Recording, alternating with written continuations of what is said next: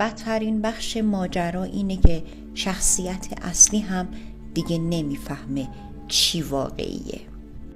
این فیلم محصول سال 2017 کره جنوبیه. در ژانر معمایی و روانشناختی به کارگردانی جانگ هانگ جون. داستان درباره پسر جوانی به نام جین سئوک که به همراه پدر و مادر و برادر بزرگترش یو سئوک که اونو به شدت تحسین میکنه به خونی جدید نقل مکان میکنن. جین سئوک داروهای ضد روانپریشی مصرف میکنه و گاهی هم دچار توهم میشه.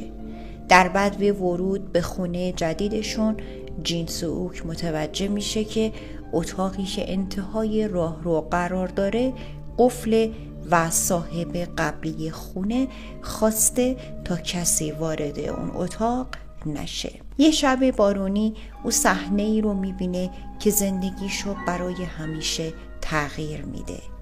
برادرش ربوده میشه درست جلوی چشمان جین سئوک.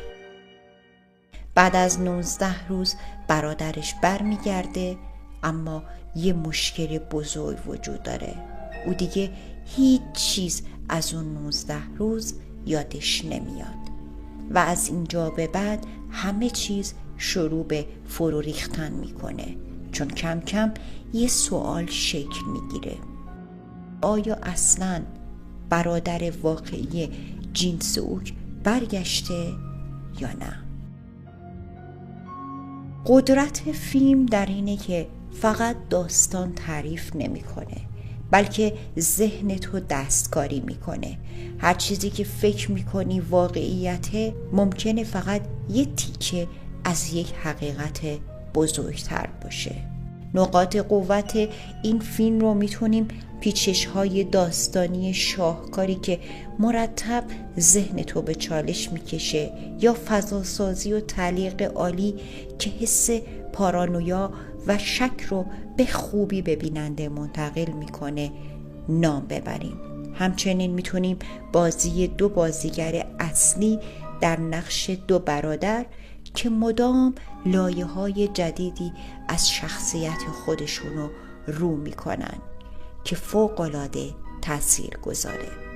و اما نقاط ضعف فیلم: شروع فیلم کمی آرومه و نیاز به صبر داره و همچنین به خاطر پیچیدگی داستان ممکنه برای بعضی مخاطبان گیج کننده باشه. اما این فیلم مناسب چه کسانیه؟ کسانی که عاشق داستان‌های معمایی و پیچیده هستند و از حد زدن پایان فیلم لذت میبرند. پس اگه فیلمایی که ذهنتو درگیر میکنن رو دوست داری، قطعاً ارزش دیدن دارن. امتیازاتی که به این فیلم داده شده: IMDb 7.4/10، مخاطبان 80% و منتقدان امتیاز رسمی و کامل نداره یا اون امتیاز خیلی محدوده، مثل خیلی از فیلم‌های غیر هالیوودی کره‌ای.